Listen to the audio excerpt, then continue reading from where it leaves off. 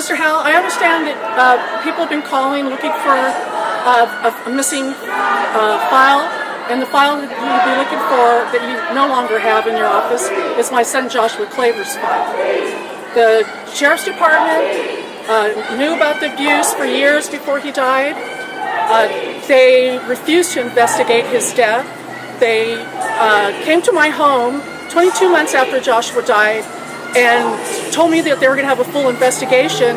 Then they gathered all the information and they shut me down. And I was in contact with your office at the time, Dale Sanderson. And he told me that Josh's file would never be closed. And you no longer have his file. And I want to know why, where it's at, and how would a file on a child's death that your office told me would never be closed is missing. I want to know where it's at. I demand to know where it's at. And I want your office to take action on the Sheriff's Department. They came to my home 22 months after Joshua died, and they told me they were having a full investigation. What I know now is they came to my home, and because the Child Death Review Board pushed Joshua's death out for review. They took all the information, they sent crime scene investigators out to the barn where he died for the first time, 22 months after he died. And they gathered up all that information. They talked to me. They finally talked to his father, and then they turned over that information to the Child Death Review Board as information gathered at the time of death. And I want to know what your office is going to do about it. We've been in contact. Your office knows me very well. I've been dealing with the Attorney General's office, and I want to know what you're going to do. Sheriff Smith knew about the abuse of my son. She lied. The Klaver trilogy, you look at that. The Sheriff's Department went into a court of law and lied to a judge about the investigation that was supposed to be happening on Josh's death before you shut me down. Who was the judge, Kathy? The case that in the Klaver trilogy is a workman's comp case with Joshua's father, and if you read it, the date it started was the month November 1990 when the Sheriff's Department came to my home and talked to me, asking me questions if Josh knew how to make a real hangman's noose rope. Did I know about a confrontation that happened in the car between Josh and his father after he stole him from my home? Josh died the night before. The first time in all the years we spent in family court, he was going to see a judge, and he died. The night before, he was going to speak to a judge about his father, a Santa Clara County Sheriff's deputy, and your office did nothing. Is he currently a sworn police officer? He's retired. Okay. Would you like to state his name or no? No. Okay, no problem. So, how do you feel, or how do you believe we know when we've confirmed that the case file has disappeared from the district attorney's office? In what manner do you believe that the investigation on the DA's end has been mishandled?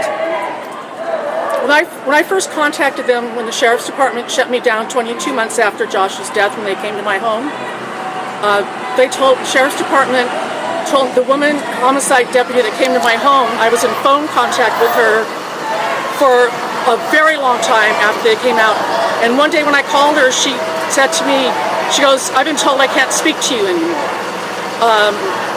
So as any information that's happening now about what we've gathered, I can't share anything more with you.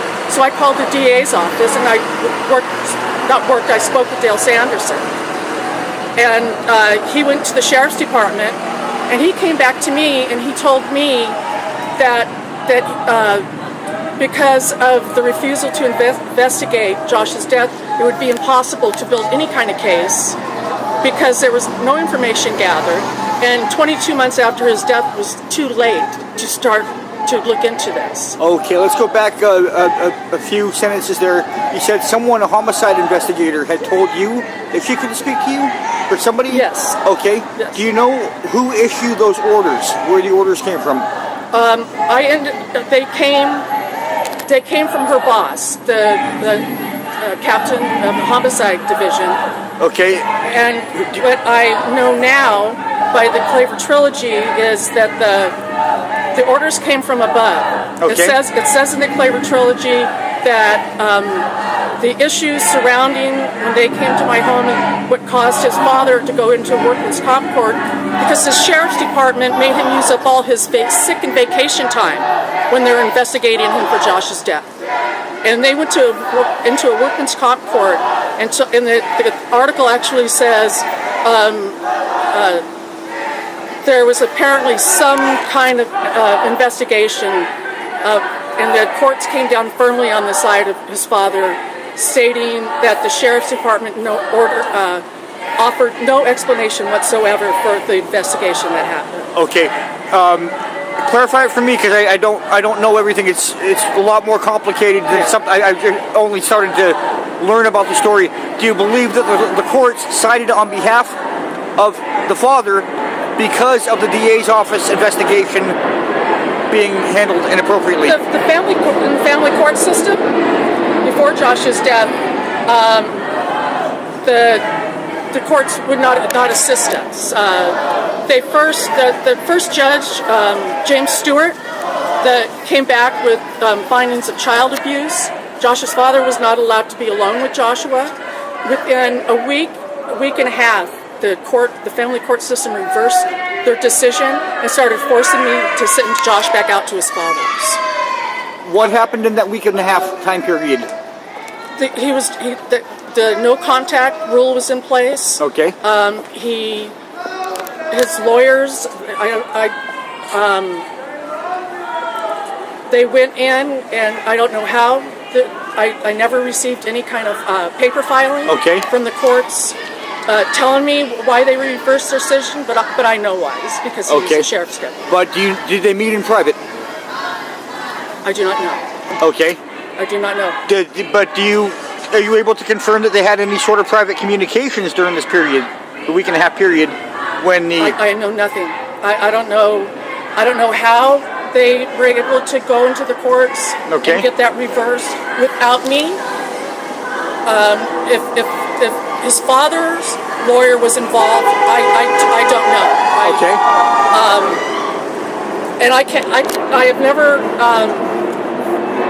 I couldn't understand why that would happen.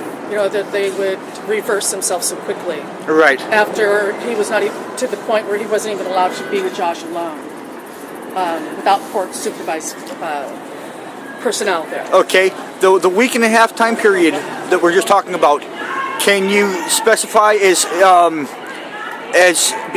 specific as possible when that time period began and when it ended? Just that week and a half time period in the courts. When we first got the filing from the family courts,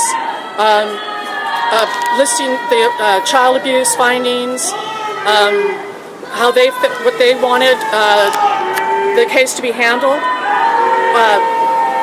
I received that file, and it was actually just a week and a half later, I got a phone call from my attorney telling me that the courts reversed themselves and I was to start sending Josh to his father. I didn't get any record. I didn't get a document telling me this. It was information. My attorney was contacted, and she was to tell me that. So that something happened between those two court dates? Yes. What were the dates of the two court dates? If you have to approximate, that's fine. But if you can be specific, that'd be great. Josh died January 1990, and we've been in and out of family court for at least 3 years. Okay. So, time frame would have been 85. It was 1985. Okay. Sometime in 1985. Yes. Could it have possibly been 84 or 86?